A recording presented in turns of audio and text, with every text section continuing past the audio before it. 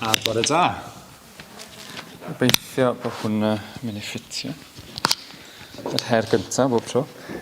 Gret. I ni yn llyfr y pregethwr y bore yma. Dwi'n mynd i weddio eto mewn munud, ond dwi'n mynd i ddarllen o benod gyntaf llyfr y pregethwr a wedyn esbonio ychydig yn fwy wrth i ni fynd ymlaen. Felly pregethwr, sef Ecclesiastes, pregethwr penod 1, a byddwn ni'n darllen o adnod 1 i adnod 18. Pregethwr 1 gan ddechrau yn adnod 1.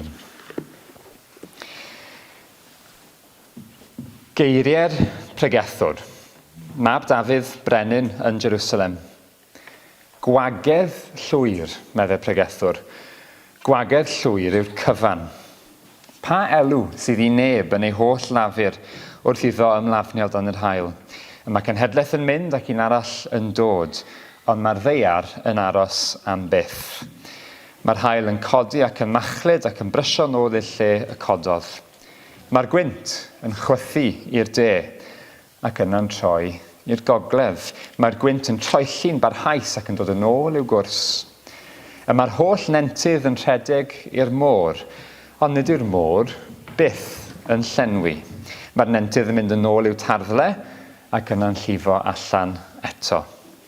Mae pob peth mor flinderus fel na all neb i fynegu. Ni ddigonir y llygad trwy edrych na'r glist trwy glywed. Yr hyn a fydd, yr hyn a wnaid a wneir, nid oes dim newydd dan yr haul.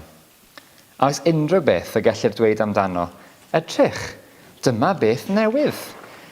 Mae'r cyfan yn bod ers amser maith, a mae'n bod o'n blaenau ni.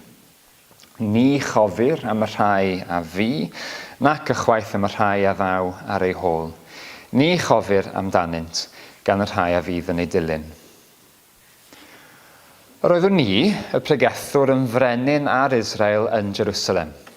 Rhoddais ymryd ar astudio a chwilio trwyddoedd hineb y cyfan sy'n digwydd dan y nef. Gorchwyl diflas yw'r un a roddodd Duw i bobl yn boeni yn ei gylch. Gweles yr holl bethau ddigwyddodd dan yr haul ac yn wir nid yw'r cyfan, ond gwagedd ac ymlyd gwynt. Ni ellir unioni'r hyn sydd gam, na chyfrif yr hyn sydd ar goll. Dywedes wrthyf fy hun, llwyddais i ennill mwy o ddoethineb nag unrhyw frenin o'n blaen yn Jerusalem. Cefais brofi llawer o ddoethineb a gwybodaeth. Rhoddais fy mryd ar ddeall doethineb a gwybodaeth yn fydrwydd a pholineb. A chan fim nad oedd hyn ond ymlyd gwynt. Oherwydd mae cynyddu doethineb yn cynyddu gofid ac ychwanegu gwybodaeth yn ychwanegu poen. Amen. A mae rhai ohonoch chi, siwr o fod yn meddwl ar ôl ddarllen hynny, rhai ohonoch chi'n gyfarwydd wrth gwrs ac eraill falle ddim yn meddwl, mae hwn bach yn drwm. Ond o'n i ddim. Mae'n ddiwedd tymor. Mae yna rieni yma, mae yna nam gyd y tecis yma. Mae'n ddiwedd tymor. Plant yn edrych ymlaen, falle bod yna rhyw rai eraill sydd wedi blino. Ni fel eglwys yn symud ac eisoes. Mae yna broses, mae yna waith mawr wedi bod, mae llawer ohono ni wedi bod yn nghlwm a gwaith ar gymaint o wahanol lefelau rhwng y papurau cyfreithiol i werth y lle yma, i bacio bocsys a llawer o bethau eraill. Mae yna rai ohono ni, dwi'n meddwl, sydd wedi blino y bore yma. Mae yna bethau eraill yn digwydd mewn bywyd hefyd, yn does e? Yn mynd ymlaen o wythnos i wythnos, a mae yna rai ohono ni sydd wedi blino am wahanol rhesymau. Mae newid tymor, newidiadau mewn bywyd yn gallu bod yn flinderus. A dyna pam dyn ni yn y benod yma y bore yma. Mae yna bethau pwysig i ni. Dwi am weddio, a mi ddylwn ni ddweud hefyd, falle dwi'n meddwl dwi'n nabod pawb sydd yma, ond falle bod yna rai yn gwylio ar y sgrin. Croeso i chi, Carwyn yn enw i, dwi'n aelod o'r gynulleidfa yma ym Mhenywel. Gadewch chi ni weddio yn sydyn eto. Arglwydd Dduw, i ni'n gofyn i ti yn dy ras ac yn dy gariad. Bydd yn bresennol gyda ni nawr, plis rho dy eiriau di i mi. Plis wnei di weinidogaethu i ni gyd yn ein sefyllfaoedd ni fel unigolion, fel teuluoedd, ac hefyd fel eglwys, mwyn dy enw mawr di. Amen. Mae'n siŵr bod na reality yma i ni gyd yn gwybod rhywsut neu'n gilydd o ran ein bywydau ni. Strach o'n i ddim, symud tŷ. A falle bod chi'n gorfod symud tŷ, falle bod rhai chi wedi profi hyn neu'n mynd i profi hyn. Yn fuan ar ôl dod i ben ar holl waith ar yr hen dŷ. Falle bod chi'n dechrau swydd newydd, neu bod chi wedi profi hyn. Ac yn gorfod dod i nabod llwyth o gydweithwyr newydd, just ar y pwynt lle chi'n teimlo bod chi'n ffrindiau da gyda'r pobl ych chi'n arfer gweithio gyda nhw. O'n i ddim. Efalle, eich bod chi newydd ddod i ddeall Facebook fel fi. A wedyn dysgu, TikTok yw'r peth erbyn hyn, a mae'r byd wedi symud ymlaen. Mae pethau mewn bywyd ac yn ein byd yn tueddu ond nhw, yn aml i fynd ymlaen mewn ffordd sydd jyst yn teimlo bach yn ddiddiwedd, bach yn syrffedus. Gair da hwnna'n dyw e. A wedyn bydd pethau'n dod i ben, a wedyn bydd rhaid i ni dechrau o'r newydd to. Dyna beth yw newid, ond i fe. Falle byddwn ni wedi mynd i ymdrech fawr, bod na bwrdwn wedi bod arno ni i helpu rhywun neu'n teulu, neu gyfaill, neu ffrind, neu pwy bynnag. Ac o'r diwedd, maen nhw wedi bod mewn lle tywyll. Ac o'r diwedd, maen nhw'n troi cornel, a chi wedi bod yn helpu nhw, chi wedi bod yn gweddio'n dair, a wedyn maen nhw'n mynd i lanast to yn ei bywyd, just pan oedd pethau y gornel wedi troi. Un dydd, ych chi'n dal baban newydd anedig yn eich breichiau. Y diwrnod nesaf, maen nhw'n dechrau ysgol, a'r diwrnod nesaf fyth, maen nhw'n oedolion.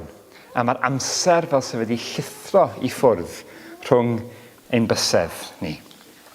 Blinderus, os dyn ni'n onest, y pethau hyn yn aml. Dim bob tro, ond yn aml. A fel sonies i, a fel dyn ni gyd yn gwybod, dyn ni fel eglwys yn mynd trwy gyfnod o newid mawr. Mae yna gyffro yna, wrth gwrs bod yna. Mae yna ddiolchgarwch yna, di Sul nesaf.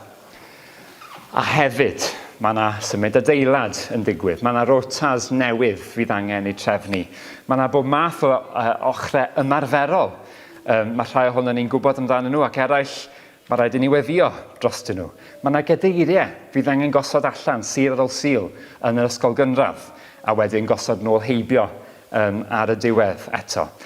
A wedyn byddwn ni'n gorfod mynd trwy'r un math o beth eto, wrth i ni symud o'r ysgol gynradd i gobeithio rhyw gartre parhaol pan fyddwn ni'n prynu adeilad.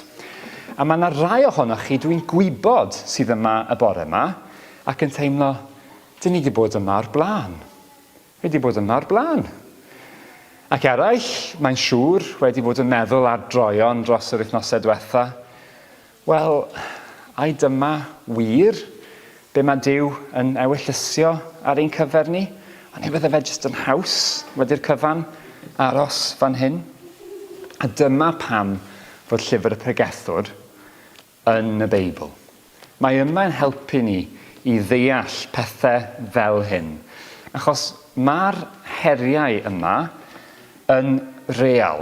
Nid y peth diwiol yw dychmygu bod bywyd yn fel i gyd. Mae rhannau helaeth o wahanol llyfrau yn y Beibl, ond yn enwedig y llyfrau ni'n galw y llyfrau doethineb, fel y Pregethwr a Diarhebion. Maen nhw yna yng nghanol yr Hen Testament i helpu ni fel pobl, i helpu ni fel Cristnogion, i wynebu reality bywyd mewn ffydd. Reality bywyd mewn ffydd. Dyna pam dyn ni edrych ar y benod gyntaf, y bore yma, a dyna pam dyn ni edrych ar benod 5 o lyfr y Pregethwr heno. A gobeithio bydd y ddau yn cyd-fynd. A gen i weld gobeithio bod nhw'n ateb y cwestiwn sut mae deall newid. Sut mae deall newid yn ein byd, sut mae deall newid yn ein bywydau, a sut mae deall nhw yn wyneb newyddion da Iesu Grist, yr Efengil. A dyn ni am weld yn eitha sydyn 3 pheth y bore yma. Yn gyntaf, bod newid yn ddibaid. Falle bod ni wedi gweld hwnna'n barod, ond bod newid wir yn ddibaid. Mae'n mynd ymlaen ac ymlaen ac ymlaen yn ddi-stop. Yn ail, bod deall bywyd. Bod deall bywyd bron yn amhosib. Ac yn drydydd, bod na rodd i ni yma oddi wrth Dduw ei hun. Rhodd, anrheg oddi wrth Dduw. Yn gyntaf, mae newid yn ddibaid. Chi'n cofio'r geiriau yna? Bia sy'n darllen o'r benod, gwagedd llwyr, byddai'r pregethwr, gwagedd llwyr yw'r cyfan. A mae'n mynd ymlaen ac yn disgrifio gwahanol mathau o newid sy'n mynd ymlaen o gwmpas ni yn y byd. A maen nhw'n cwmpasu reality, y byd i ni'n byw ynddo fe. Lle bynnag i ni'n edrych, i ni'n gweld bod pethau yn newid yn ddi-stop. Ac i ni'n gweld bod nhw fel sy'n nhw'n mynd i'n unman. Meddyliwch am adnod 5 o'n i'n darllen jyst nawr. Mae'r haul yn codi ac yn machlud, ac yn brysio nôl i'r lle y cododd. Hynny yw, bydd e'n codi eto ac yn machlud eto, yn codi eto ac yn machlud eto. Mae bron yn blentynaidd yn diwe. Ond dyma yw reality i'n byd ni. Rhyw rigmarol. Dwi'n cofio mam, pan o'n i'n blentyn, falle o'n i ddim, o'n i'n rhyw 7 oed neu rhywbeth. Fi'n meddwl oedd hi'n wyliau haf, a bod yn onest â chi. Ac dwi'n cofio mam yn dweud un dydd bod hi wedi cael llond bol o symud bwyd. Dyma sydd oedd hi'n treulio y rhan fwyaf o'i hamser hi. Oedd hi'n mynd i'r siop, a wedyn ni'n cered o gwmpas yn siop yn symud bwyd oddi ar y silff mewn i'r troli. Wedyn yn mynd ar troli o'r siop mas i'r car ac yn symud bwyd eto o'r troli mewn i'r car. Wedyn oedd hi'n dod ar bwyd adre yn y car, symud y bwyd o'r car mewn i'r cypyrdde oedd adre. Wedyn oedd hi'n symud y bwyd un dydd o'r cwpwrdd i ddechrau coginio y bwyd, symud y bwyd wedyn o'r tosban i'r plat, symud y bwyd ar y plat o'r gegin i'r stafell fwyta ac yna yn hwfro'r gwastraff o'r llawr pan oedden ni blant wedi wneud llanast, a wedyn yn wneud yr un peth eto. Ac wrth gwrs oedd hi'n iawn. Dyna yw y math o beth sydd yn mynd mlaen mewn bywyd yn ddi-ben draw, fel mae pregethwr yn dweud. Does dim byd newydd o dan yr haul. Sut bynnag ydyn ni'n edrych ar bethau. Adnod 4. Mae'n sôn, mae un cenhedlaeth yn mynd ac un arall yn dod, ond mae'r ddeiar yn aros am byth. Adnod 6. Mae'r gwynt yn chwythu ac yn chwythu rownd a rownd a rownd yn ddi-ben draw. Adnod 7. Y nentydd a dŵr. Ni'n dysgu am hyn yn ein gwersi ysgol, ond ni. Y dŵr yn codi o'r môr i'r cymylau, yn mynd o'r cymylau i'r tir, yn mynd lawr i'r nant a nôl i'r môr eto. Mewn rhyw gylch sy'n mynd ymlaen, ymlaen ac ymlaen ac yn ymlaen. Does dim byd newydd o dan yr haul, meddai fe. Ac mae e'n gywir pan mae'n dweud hynny, y pregethwr yma. Mae e'n gywir. Peidiwch â meddwl gyda llaw, jyst wrth fynd heibio, bod na unrhyw beth sy'n wir yn newydd o dan yr haul. Peidiwch yn mynd i feddwl hynny. Peidiwch credu'r hype. Falle bod y wisg allanol wedi newid weithiau, bod rhywbeth sy'n edrych yn newid, ond dyw e ddim go iawn. Odyn ni heddi yn hoffi YouTube, roedd e lan ar y sgrin. Odyn, ond mae drama a cerddoriaeth wedi bod o gwmpas eriod.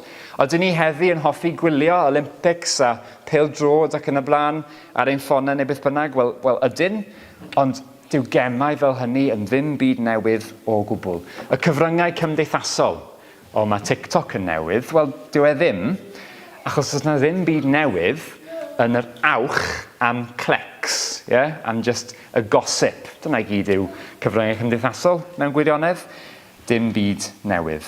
A casgliad y pregethwr yma, neu glywson ni fe, yw taw gwagedd llwyr yw'r cyfan. Bydde pobl heddi yn dweud rhywbeth fel bod e'n ddi-bwrpas. Ond mae hwnna'n codi cwestiwn pwysig i ni. Beth ydy e'n golygu wrth y gair bach yna cyfan? Gwagedd llwyr yw'r cyfan, meddai fe. A mae wedi gollwng cliw bach i ni. Y cyfan sydd o dan yr haul. Mae yna rai pethau sydd uwch yr haul fel petai. Da ni'n nôl at hynny mewn munud. Yn ni'n symud ymlaen at yr adnodau nesaf, adnodau 12 i 18. Yn ni wedi gweld yn gyntaf, mae newid yn mynd ymlaen ac ymlaen. Ond yn ail, yn ni gweld yn yr adnodau hyn, bod deall bywyd bron yn amhosib. Achos mae'r pregethwr yma wedi trio deall y cwbl. Natur y byd a natur ein bywydau ni. A mae'n dweud wrthon ni'n glir yn yr adnodau hyn bod wedi gwneud mwy o hyn, mwy o ddeall yn ei oesau.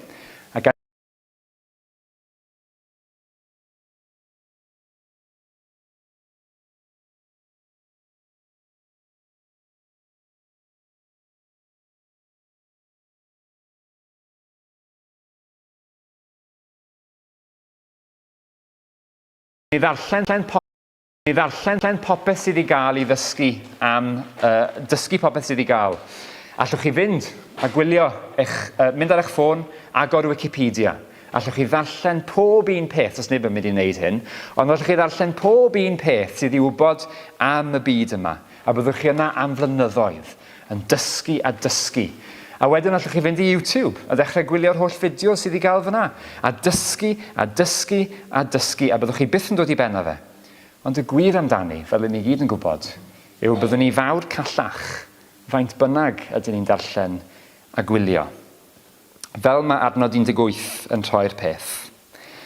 Oherwydd mae cynyddu doethineb yn cynyddu gofid, ac ychwanegu gwybodaeth yn ychwanegu poen. Pwynt pwysig yma wrth fynd heibio.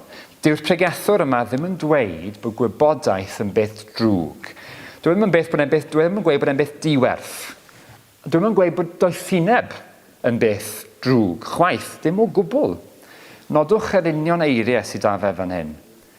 Po fwyaf ni'n gwybod, po fwyaf ni'n deall, po fwyaf bydd ein gofid a'n poen ni. Dyma mae'n gweud. A dwi'n meddwl bod llawer ohono ni y bore yma, ni'n gwybod hynny yn barod. Fel mae'r dehareb Gymraeg yn rhoi'r peth. Gorau ysgol profiad. Os dim hyd yn oed angen y Beibl i ddweud hwnna wrthon ni. Ond os ych chi yma y bore yma a chi ddim yn gwybod hyn eto, cymerwch y wers yma o'r Beibl. Cymerwch y wers. Bod na ddim cyfrinach mas yna, newch chi ffeindio ar YouTube neu lle bynnag, fydd yn gadael i chi datrys bywyd. Rhyw gyfrinach gydd sydd jyst yna i chi ffeindio mas sut mae wneud bywyd perffaith. Dwi ddim yn gweithio fel hynny. Fel mae adnod 14 yn dweud, gwelais yr holl bethau y ddigwyddo dan yr haul, ac nid yw'r cyfan, ond gwagedd, y gair yna eto, ac ymlyd gwynt. Ymlyd gwynt, chaso'r gwynt, rhedeg ar ôl y gwynt. Hynny yw, os ydych ni, fel y pregethwr yma, yn stopio ac yn dechrau mynd i edrych ar y cwbl sy'n mynd ymlaen mewn bywyd, mi fydd e'n mynd yn fwy a mwy dryslyd i ni. Ewch chi feddwl am y pethau gormod, ac mi fydd e'n dechrau ymddangos fel gwagedd llwyr. A dyn ni wedi gweld hwnna yn barod. Fel rhedeg ar ôl y gwynt. Ac wrth gwrs y pwynt am hynny yw mae'n amhosib dal gafel yn y gwynt. Ni'n teimlo fe, ni'n gwybod bod yna, ond ni'n methu dal gafel ynddo fe. A mae angen i ni, fel Cristnogion, gydnabod y realiti yma am y byd ac am bywyd. Mae'n okay. Fe ddyle y ffaith bod bywyd fel hyn, bod ni ddim yn gallu just gafael ynddo fe, gwybod y gyfrinach sydd yn rhoi popeth yn ei le. Fe ddyle hwnna ein gwneud ni yn wylaidd, neu diymhongar. Fe ddyle fe wneud ni'n humble. Fe ddyle fe dod â ni lawr lefel. Fel mae adnod 15 yn dweud. Ni ellir, mae'n amhosib, ni ellir unioni yr hyn sydd ar gam, na chyfrif yr hyn sydd ar goll. Mae'n iawn. Dylen ni ddim dychmygu bod pethau fel arall. Bydd hwnna ddim yn helpu neb. Ond mae gyd yn codi'r cwestiwn, a allai fadda chi os ydych chi'n meddwl, bobl annol, mae hwn yn depressing o bore yma. Ond o ddifri, mae'n codi'r cwestiwn pwysig, a falle yn eich meddyliau chi hefyd, wel, pam? Os mae hwn yn wir, os mae hyn yn y Beibl i ni fel reality, pam? Pam ydy pethau fel hyn? Pam ydyn ni ddim yn gallu mynd i ddeall? Pam bod ni'n gorfod byw mewn byd sydd fel hyn? A dyna sydd yn arwain ni nôl ac ymlaen i'r trydydd pwynt dwi am gloi gyda, ond yr un pwysica. A mae'n arwain ni nôl i adnod 13. Adnod 13 yw'r pwysica yn y benod gyfan. A mae'n allwedd i'r gweddill. Adnod 13. Gorchwyl diflas yw'r un a roddodd Duw i bobl yn boeni yn ei gylch. Eto, gorchwyl diflas, ni wedi gweld hwnna, do fe? Gorchwyl diflas yw'r un a roddodd Duw i bobl. Yr un a roddodd Duw. Chi'n cofio fi'n sôn ar y dechrau? Mae yna rodd yn cuddio yn y canol yma. Rhodd oddi wrth Duw, anrheg oddi wrth Duw. Gorchwyl diflas yw'r un a roddodd Duw i bobl yn boeni yn ei gylch. Gorchwyl, tasg, ie? Gorchwyl diflas, falle wir. Mae hwnna'n glir. Pwy sydd wedi rhoi'r gorchwyl i ni? Duw. A dyma lle mae'r persbectif yn dechrau newydd. Mae gobaith yn dechrau camu mewn i lyfr y pregethwr. A dyn ni'n cael cipolwg cynnar ar Iesu Grist ac ar yr Efengyl. Dyma sut. Duw ei hun, yr arglwydd Dduw, y creawdwr mawr, holl alluog, pob peth, fe sydd wedi'n rhoi ni fel pobl yn y byd yma. Y byd yn ei newydd fod yn disgrifio. Y byd lle mae pethau jyst yn mynd ymlaen ac ymlaen, a mae newid, a mae colled, a mae poen. Dyw e ddim yn ddiystyr, felly. Dyma'r darn o'r jigsaw sy'n dechrau wneud i'r darlun wneud sens. Achos mae yna awgrym yma, taw rhodd yw'r byd newidiol blinderus yma i ni. Wrth gwrs, mae hwnna'n codi cwestiwn pellach. Wel, iawn, rhodd yw'r byd yma i ni, y byd yma sy'n llawn newid a poen ac yn y blaen. Ond siwt mae hwnna'n gallu bod yn wir? Siwt mae rhywbeth fel na yn gallu bod yn rhodd? Ac mwyn deall beth sy'n mewn golwg fan hyn, mae'n rhaid i neidio ymlaen i'r Testament newydd. Achos yn Rhufeiniaid 8, Rhufeiniaid 8 adnod 20, i ni'n darllen geiriau Paul, a mae Paul yn ofalus iawn bob tro am ei eirio. A dyma beth mae'n dweud yn adnod 20 o benod 8 yn y llyfr y Rhufeiniaid. Oherwydd darostyngwyd y greadigaeth, y byd i gyd, i oferedd neu gwagedd, yr un gair, i oferedd neu i wagedd. Nid o'i dewis ei hun, ond trwy'r hwn a'i darostyngodd.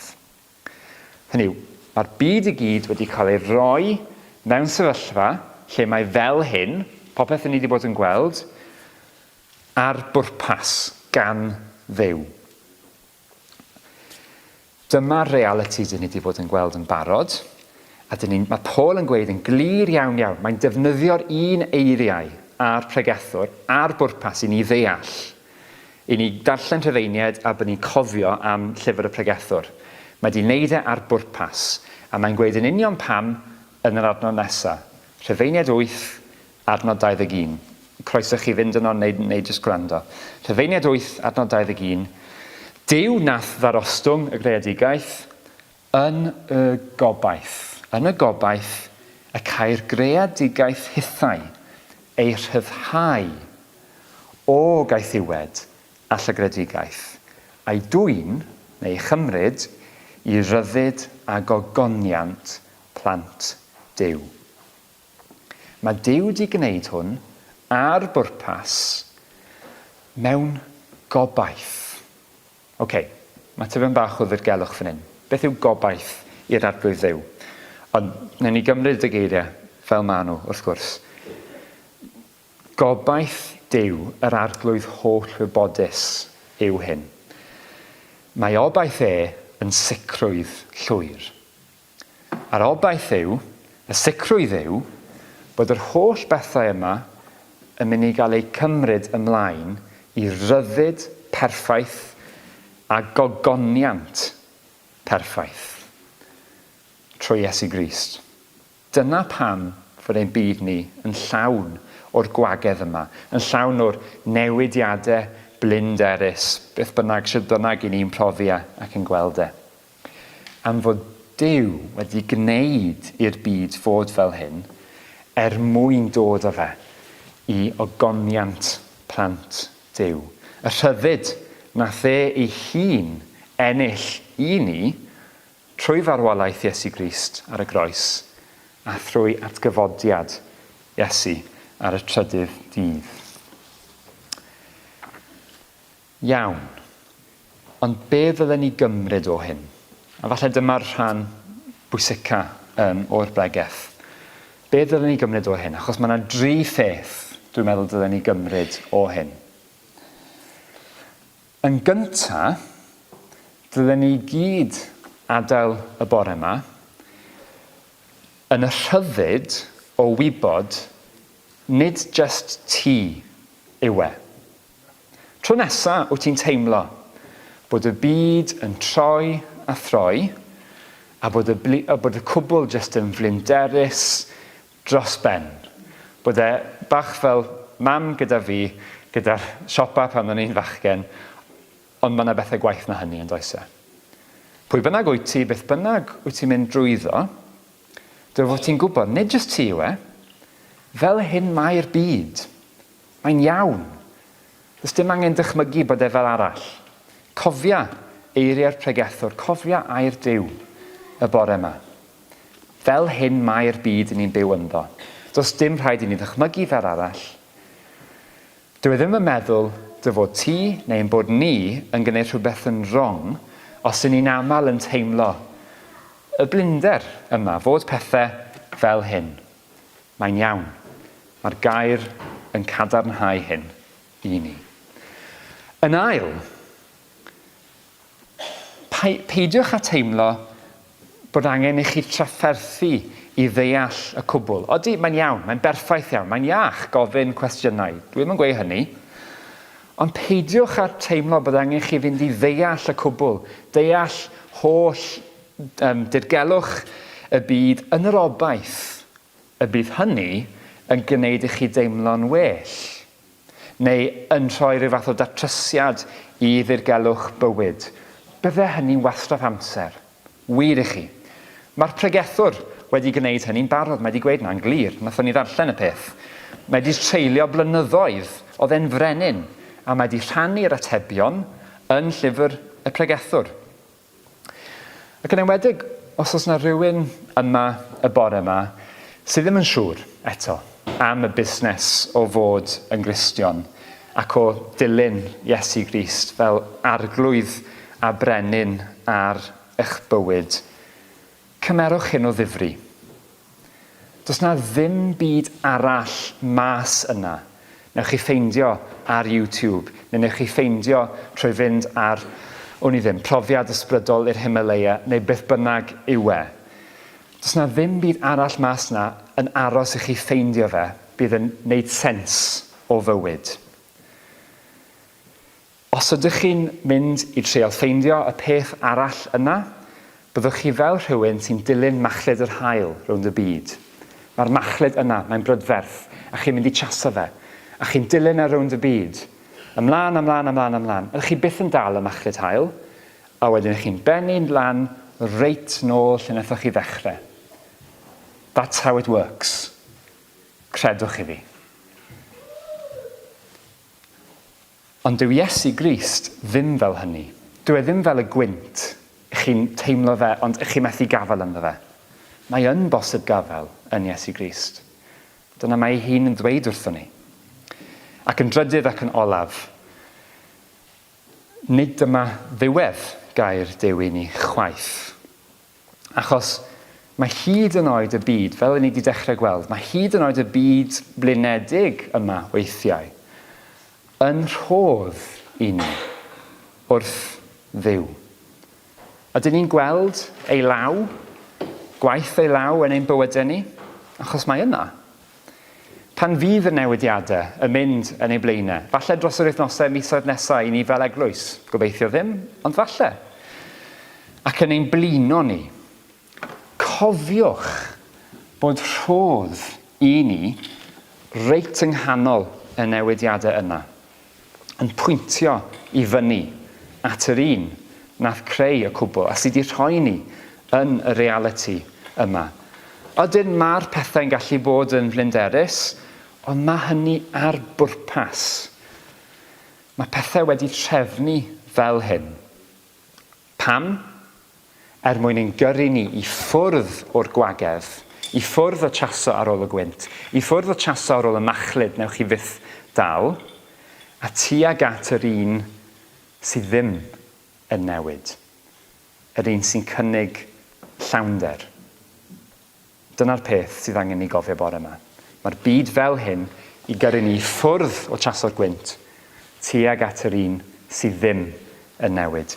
Geiriau Iesu. Fe ddes i mwyn iddyn nhw, mwyn i ni, gael bywyd. A hwnnw yn ei lawnder. Ewn ni felly, yn enwedig pan fydd pethau mwyaf blinedig, ewn ni ato fe. Amen.